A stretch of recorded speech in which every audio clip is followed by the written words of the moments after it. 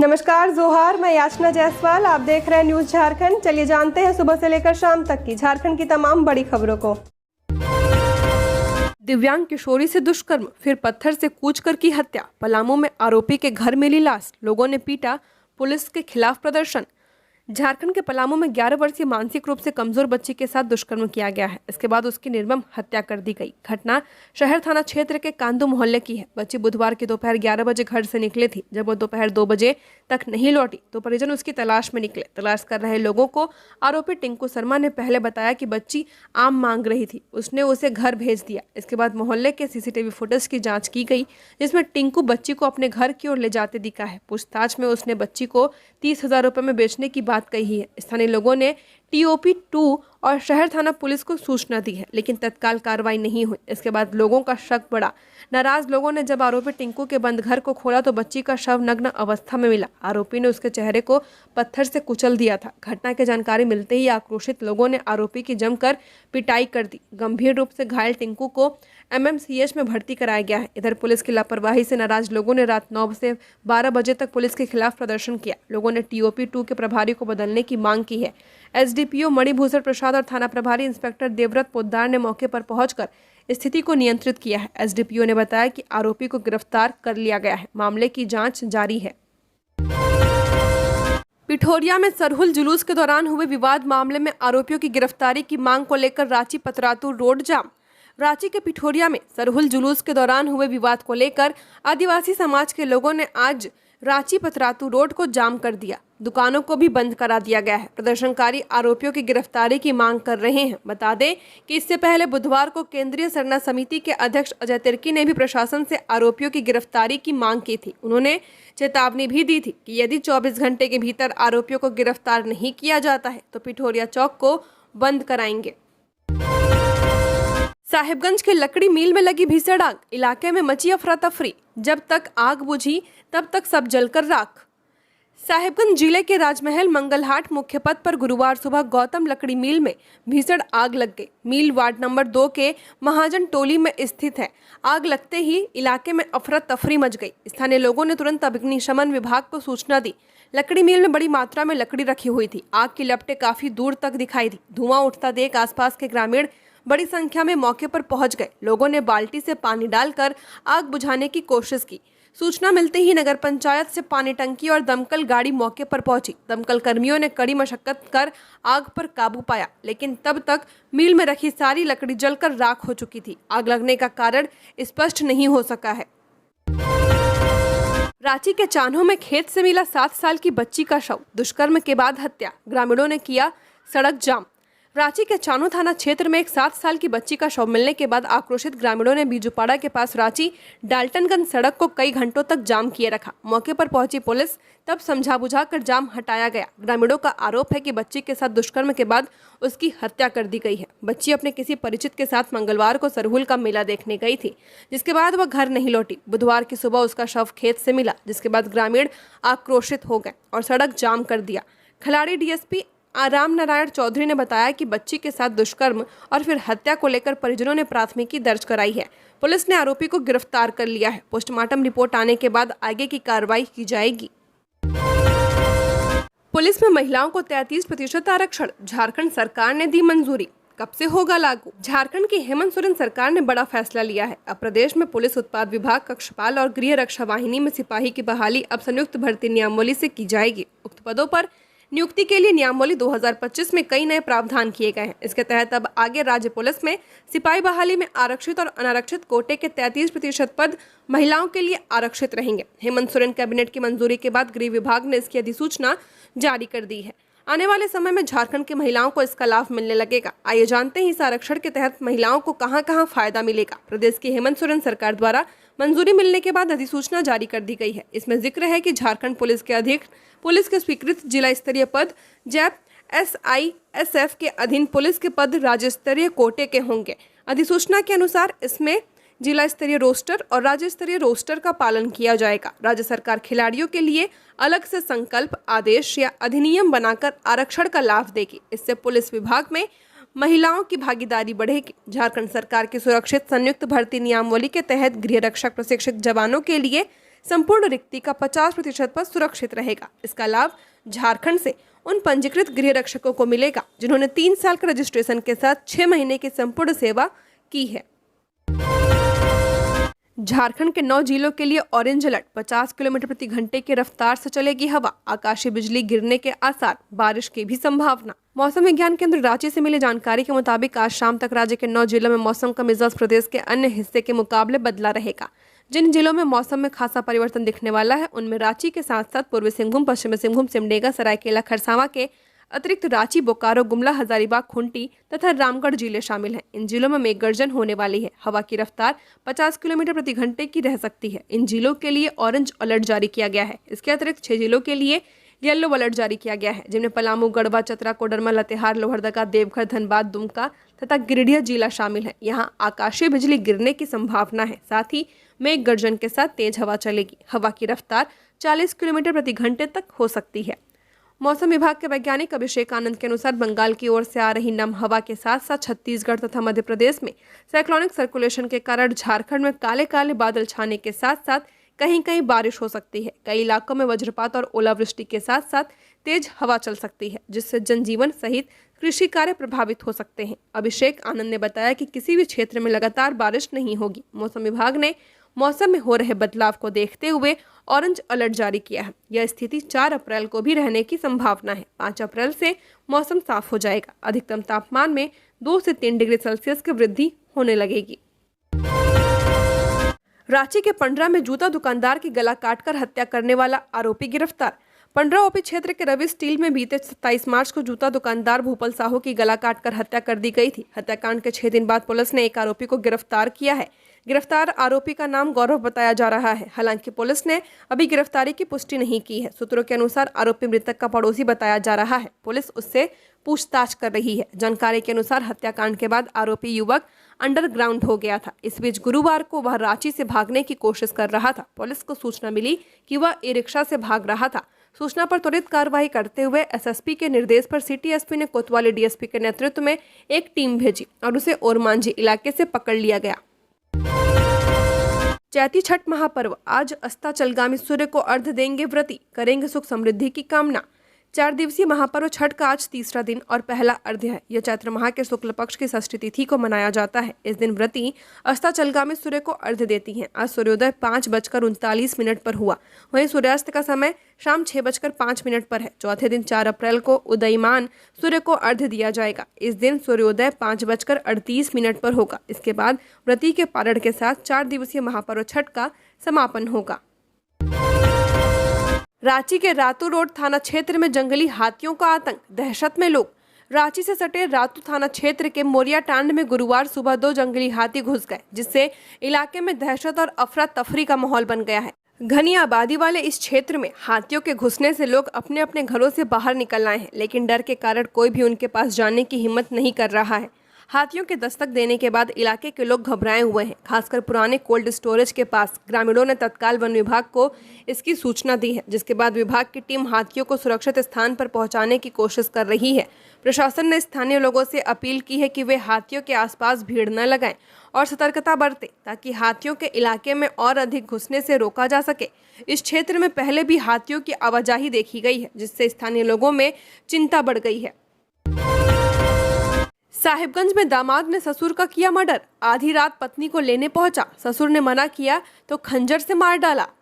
साहिबगंज जिरवाबाड़ी थाना क्षेत्र के अंजुमन नगर में घरेलू विवाद में दामाद ने ससुर की चाकू मारकर हत्या कर दी है। घटना बुधवार की आधी रात की है। मिली जानकारी के अनुसार मृतक मोहम्मद असलम की बेटी की शादी 2 साल पहले जमालपुर मुंगेर निवासी मोहम्मद अब्दुल से हुई थी। दोनों परिवारों के बीच लंबे समय से विवाद चल रहा था। बुधवार आधी रात को अब्दुल अंजुमन नगर स्थित ससुराल पहुंचा। उसने ससुर मोहम्मद असलम से पत्नी की विदाई की मांग की। असलम ने सुबह फैसला होने की बात कही। इस पर अब्दुल गुस्से में चला गया। कुछ देर बाद वह पीछे के रास्ते से घर में घुसा। उस समय असलम बाथरूम से निकलकर अगरबत्ती जला रहा था। अब्दुल ने सीने में खंजर मारकर उसकी हत्या कर दी। असलम की बेटी आफरीन ने बताया कि अब्दुल पहले सामने से आया था। विदाई की बात पर पिता ने सुबह तक इंतजार करने को कहा। इसके बाद वह चला गया, फिर पीछे से घर में घुसकर हमला कर दिया। घटना के बाद पुलिस रात में ही अस्पताल पहुंची। जांच शुरू कर दी गई है। पुलिस आरोपी की तलाश कर रही है। इस संबंध में पुलिस अधीक्षक सदर किशोर तिर्की ने बताया कि विदाई को लेकर ससुर दामाद में झगड़ा हुआ था। दामाद ने ससुर को चाकू से घोंपकर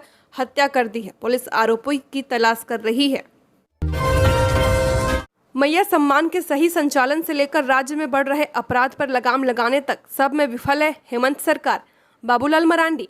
झारखंड में हेमंत सोरेन की सरकार को बने 4 महीने से ज्यादा वक्त हो चुका है। ऐसे में नेता प्रतिपक्ष बाबूलाल मरांडी मुख्यमंत्री हेमंत सोरेन को खामियां गिनाने में जुटे हुए हैं। वह सोशल मीडिया एक्स पर पोस्ट कर बता रहे हैं कि इस सरकार को बने 100 दिन से ज्यादा का वक्त हो चुका है। इसके बावजूद कोई ठोस कार्य नहीं दिख रहा जिससे जनता के जीवन में कोई सार्थक परिवर्तन आया हो। उन्होंने लिखा कि हेमंत सोरेन जी को झारखंड की जनता ने दूसरी बार मुख्यमंत्री बनने का अवसर दिया, लेकिन उनके दूसरे कार्यकाल में अब तक 100 दिन से ज्यादा होने के बाद भी राज्य में ऐसा कोई ठोस कार्य नहीं दिखता जिससे जनता के जीवन में सार्थक परिवर्तन आया हो। उन्होंने न तो कोई दूरदर्शी नीति प्रस्तुत की और न ही विकास के लिए कोई गंभीर प्रयास किया है। उनके चुनाव में किए गए वादे आज केवल खोखले भाषणों की गूंज बनकर रह गए हैं। बाबूलाल ने आगे कहा कि चुनाव से पहले उन्होंने महिलाओं को आर्थिक और सामाजिक सशक्तिकरण का भरोसा दिलाते हुए मैया सम्मान योजना की घोषणा की थी, लेकिन जब इस योजना को लागू करने का समय आया तो इसे जटिल नियमों और शर्तों के जाल में इस तरह उलझा दिया गया है कि अधिकांश महिलाओं को इसका लाभ ही नहीं मिल सका। कागजातों की कमी का बहाना बनाकर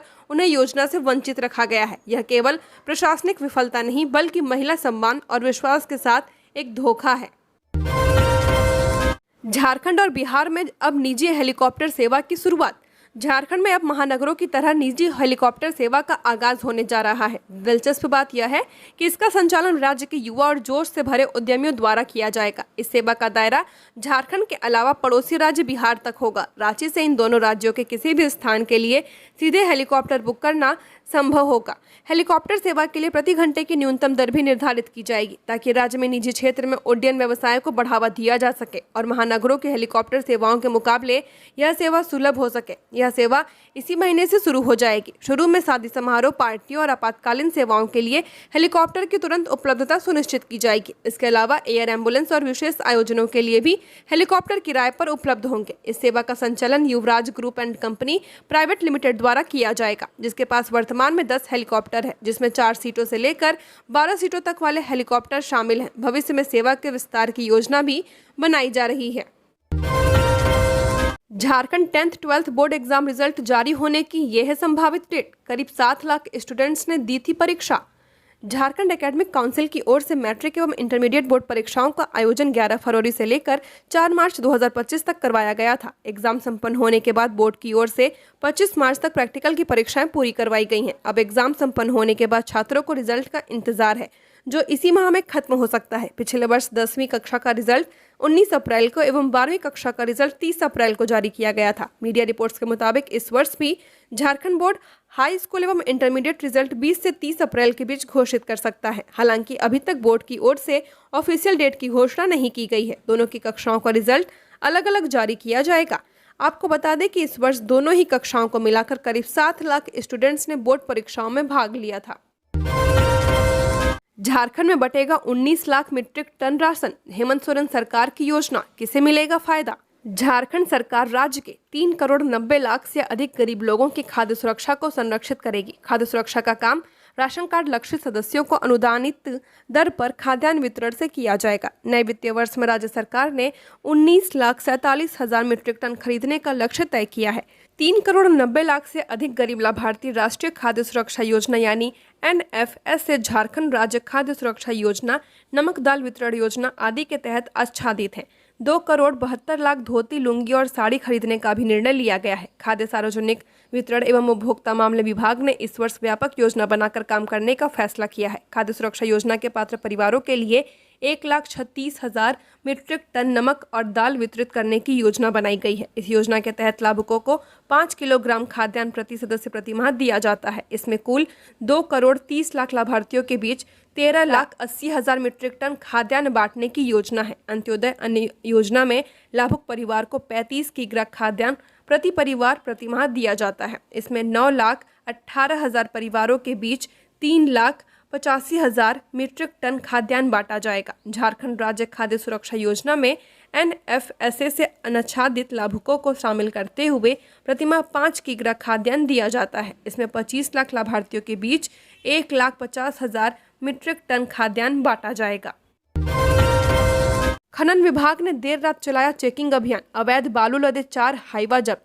चांडिल अनुमंडल क्षेत्र में पुलिस प्रशासन की सख्ती के बावजूद बालू की तस्करी जारी है। अवैध बालू कारोबार के खिलाफ प्रशासन ने ईचागढ़ और तिरुलडीह थाना क्षेत्र में बुधवार देर रात को औचक निरीक्षण किया। इस दौरान वहां से गुजरने वाले वाहनों की जांच की गई। इस कार्रवाई के दौरान प्रशासन ने अवैध बालू लदे 4 हाईवा को जब्त किया है और इसे संबंधित थाना को सौंप दिया है। जिला खनन पदाधिकारी ज्योति शंकर सतपथी ने इसकी जानकारी दी है। उन्होंने बताया कि मामले पर अग्रतर कार्रवाई की जा रही है। बालू के अवैध खनन, भंडारण और परिवहन के खिलाफ जिला प्रशासन लगातार कार्रवाई कर रही है। जानकारी के अनुसार पुलिस प्रशासन को गुप्त सूचना मिली थी कि रात के अंधेरे में बालू का काला कारोबार धड़ल्ले से चल रहा है। इसके बाद सरायकेला खरसावां डीसी रविशंकर शुक्ला के निर्देश पर चांडिल अनुमंडल पदाधिकारी के नेतृत्व में जिला खनन विभाग की टीम ने ईचागढ़ और तिरुलडीह थाना क्षेत्र के टीकर, सोडो, सपादा और तिरुलडीह समेत अन्य क्षेत्रों में औचक निरीक्षण किया। इस दौरान अवैध बालू लदे 4 हाईवा जब्त किए गए हैं।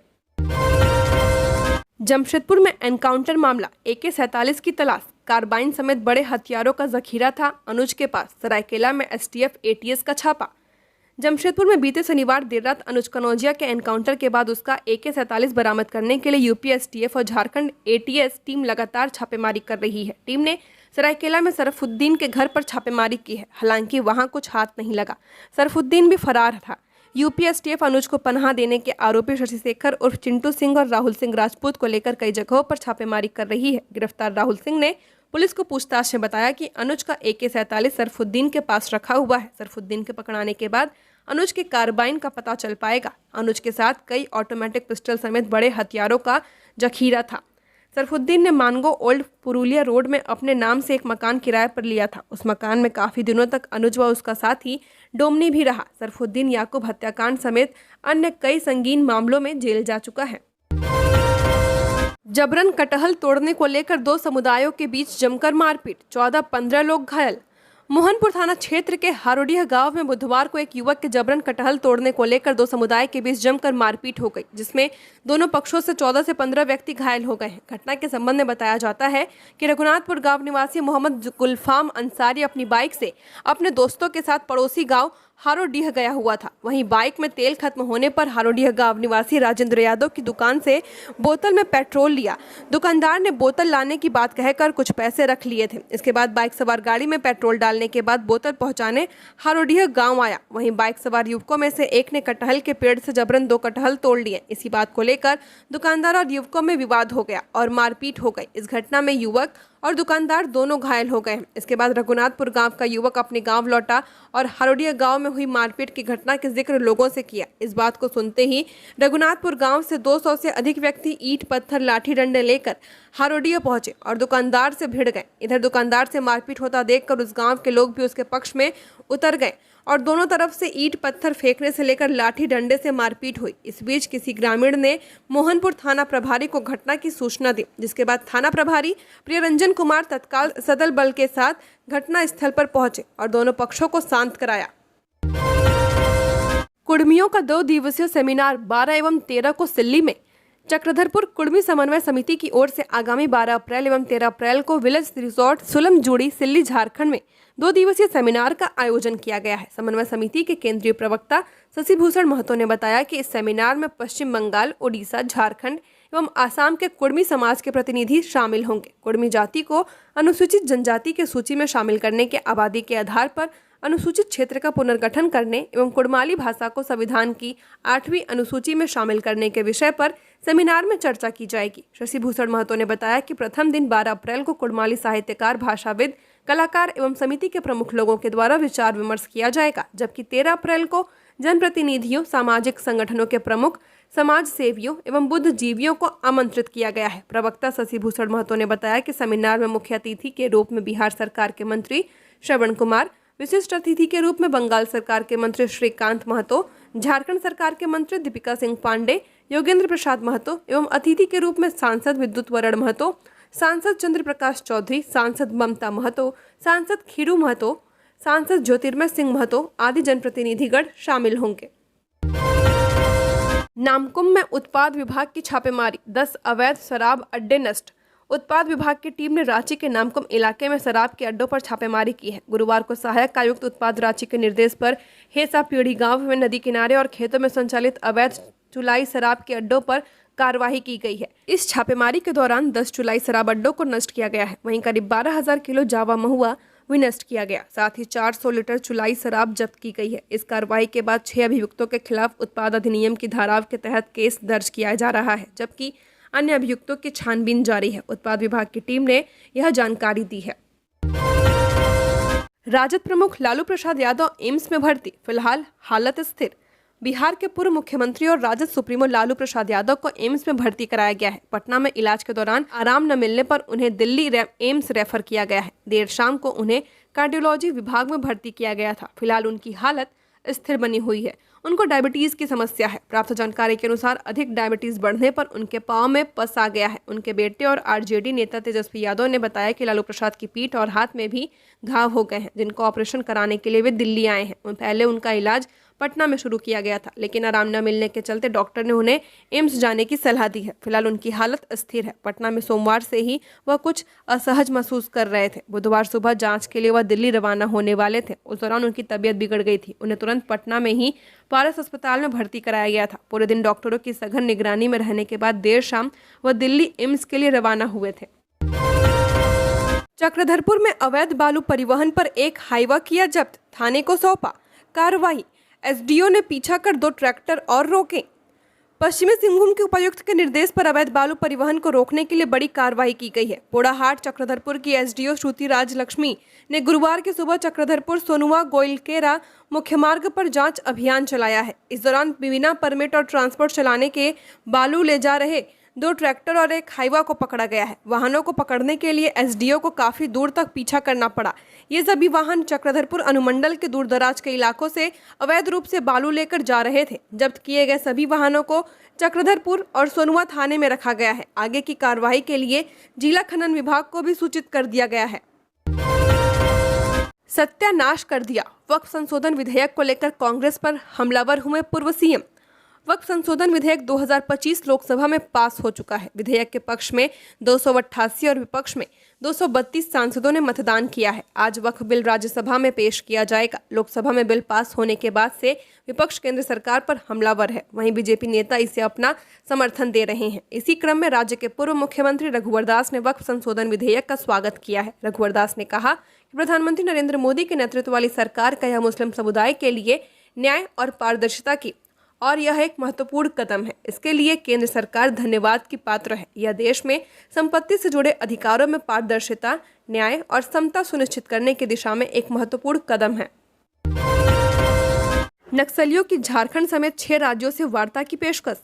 भाकपा माओवादियों से जुड़े नक्सलियों ने विज्ञप्ति जारी कर केंद्र के अलावा 6 राज्यों से शांति वार्ता की पेशकश की है। माओवादियों की केंद्रीय कमेटी की हैदराबाद में हुई गोलमेज बैठक के बाद प्रवक्ता अभय ने जारी विज्ञप्ति में कहा है कि लोगों के हित के लिए संगठन शांति वार्ता के लिए तैयार है। विज्ञप्ति में प्रस्ताव रखा है कि केंद्र के अलावा संगठन झारखंड, छत्तीसगढ़, महाराष्ट्र, ओडिशा, एमपी व तेलंगाना सरकार नक्सल अभियान के नाम पर हत्या रोके और सशस्त्र बलों के लिए नए शिविरों की स्थापना रोके। यदि सरकारें ऐसा करती है तो संगठन तत्काल युद्ध विराम लागू करने के लिए तैयार है। विज्ञप्ति में जिक्र है कि नक्सल अभियान के नाम पर बीते 15 माह में 400 से अधिक मौतें हुई हैं। पुलिस कैंप पर रोक लगे। साथ ही वार्ता के लिए हैदराबाद में हुई गोलमेज बैठक की तरह ही बैठक की जाए। सीजीएल पेपर लीक मामलों की एक साथ होगी सुनवाई, खंडपीठ में स्थानांतरित। सीजीएल परीक्षा पेपर लीक की सीबीआई जांच के लिए दाखिल याचिका पर झारखंड हाईकोर्ट के जस्टिस आनंद सेन की पीठ में बुधवार को सुनवाई की गई। इसके बाद अदालत ने इसे खंडपीठ में स्थानांतरित कर दिया है। सुनवाई के दौरान जेएसएससी की ओर से कहा गया था कि मामले की जांच एसआईटी कर रही है। हाईकोर्ट की खंडपीठ में इसी तरह के एक मामले की सुनवाई भी चल रही है। इस पर अदालत ने इस याचिका को खंडपीठ में स्थानांतरित करते हुए लंबित मामले के साथ टैग करने का निर्देश दिया है। इस राज्य में 38,16,000 स्कूली बच्चों का अपार आईडी पेंडिंग। झारखंड में सभी स्कूली बच्चों का अपार आईडी बनना है। 73,92,000 बच्चों में से 34,97,000 बच्चों का अपार आईडी बन चुका है, जबकि 34,97,000 बच्चों का अपार आईडी पेंडिंग है। वहीं 76,000 बच्चों का अपार आईडी का आवेदन रिजेक्ट किया जा चुका है। स्कूली शिक्षा व साक्षरता विभाग ने इसे गंभीरता से लिया है। राज्य में 48% से भी कम अपार आईडी बन सका है, जबकि 51% लंबित है। रांची जिले में सबसे ज्यादा 3,61,000 और गिरिडीह में 3,58,000 अपार आईडी पेंडिंग है। वहीं सबसे कम लोहरदगा में 38,000 और सिमडेगा में 48,000 आवेदन लंबित है। अगर प्रतिशत की बात करें तो गोड्डा में सबसे ज़्यादा 65.49%, धनबाद में 59.33%, देवघर में 58.70% और गुमला में 58.19% आवेदन लंबित है। 11 जिले ऐसे हैं जहां 51% से अधिक अपार आईडी बनाने का काम पेंडिंग है। पीएम मोदी बिम्स्टेक शिखर सम्मेलन में भाग लेने के लिए थाईलैंड रवाना हुए। प्रधानमंत्री नरेंद्र मोदी शुक्रवार को आयोजित होने वाले छठे बिम्स्टेक शिखर सम्मेलन में भाग लेने के लिए आज सुबह थाईलैंड के लिए रवाना हो गए हैं। विदेश मंत्रालय के प्रवक्ता रणधीर जायसवाल ने एक्स पर एक पोस्ट में लिखा कि पीएम मोदी थाईलैंड और श्रीलंका की यात्रा पर रवाना हुए। इसमें कहा गया है कि प्रधानमंत्री थाईलैंड की आधिकारिक यात्रा करेंगे और इस दौरान छठे बिम्स्टेक शिखर सम्मेलन में भाग लेंगे। इसके बाद वह श्रीलंका की राजकीय यात्रा पर जाएंगे। प्रधानमंत्री मोदी ने कहा कि वह अगले 3 दिनों तक थाईलैंड और श्रीलंका में रहेंगे और इन देशों तथा बिम्स्टेक देशों के साथ भारत के संबंधों को मजबूत करेंगे। उन्होंने अपने कार्यक्रम की भी जानकारी दी है, जिसमें थाईलैंड के अपने समकक्ष पैंतोगटान सिनावात्रा के साथ बैठक और बिम्स्टेक शिखर सम्मेलन में भाग लेना शामिल है। अपनी यात्रा के दौरान वह थाईलैंड के राजा महा वजीरा लोंगकोर्न से भी मिलेंगे। सुप्रीम कोर्ट के न्यायाधीशों की संपत्ति होगी सार्वजनिक। सुप्रीम कोर्ट के न्यायाधीशों की संपत्ति अब सार्वजनिक की जाएगी। 1 अप्रैल को सुप्रीम कोर्ट के न्यायाधीशों की हुई बैठक में इससे संबंधित फैसला लिया गया है। इससे पहले तक सुप्रीम कोर्ट के न्यायाधीशों की संपत्ति सार्वजनिक नहीं की जाती थी। न्यायाधीश यशवंत सिन्हा के स्टोर रूम में लगी आग बुझाने के क्रम में कथित रूप से पाए गए बोरियों में भरे अधजले नोटों की बरामदगी के बाद सुप्रीम कोर्ट ने न्यायाधीशों की संपत्ति को सार्वजनिक करने का फैसला किया है। न्यायाधीश यशवंत सिन्हा प्रकरण के बाद आम नागरिकों के मन में न्यायाधीशों के प्रति अविश्वास की भावना पनप रही थी। साथ ही आम लोगों की ओर से इस मामले में कई तरह के सवाल उठाए जा रहे थे। करियर काउंसलिंग को लेकर 8 अप्रैल से शुरू होगा वेबिनार। केंद्रीय माध्यमिक शिक्षा बोर्ड करियर काउंसलिंग वेबिनार श्रृंखला सीरीज आयोजित करने जा रहा है। इसकी शुरुआत 8 अप्रैल से होगी। स्कूल शिक्षक, प्रधानाचार्य, काउंसलर, स्टूडेंट और अभिभावक इसमें शामिल हो सकते हैं। सभी के लिए अलग अलग टॉपिक भी निर्धारित किए गए हैं। इस वेबिनार के दौरान छात्रों को प्रभावी ढंग से करियर के लिए मार्गदर्शन किया जाएगा। सफल करियर को आकार देने में माता पिता की भागीदारी पर महत्व पर भी जोर दिया जाएगा। इस सीरीज में 2 ऐसे वेबिनार होंगे जिसमें छात्र भाग ले सकते हैं। 8 अप्रैल को शाम 4 से 5 बजे तक छात्रों के प्रोफाइल निर्माण और प्रदर्शन महत्व विषय पर वेबिनार का आयोजन किया जाएगा। इसका हिस्सा स्टूडेंट के साथ साथ अभिभावक और शिक्षक भी हो सकते हैं। विद्यार्थियों को रजिस्ट्रेशन करना होगा। दूसरा वेबिनार 13 मई को किया जाएगा। इसका विषय प्रेरक छात्र उज्जवल भविष्य के लिए मार्ग तैयार करना है। झारखंड की और खबरों के लिए बने रहिए हमारे साथ। हमारे चैनल न्यूज़ झारखंड पर चैनल को सब्सक्राइब करें, साथ बेल आइकन को प्रेस करें। नमस्कार।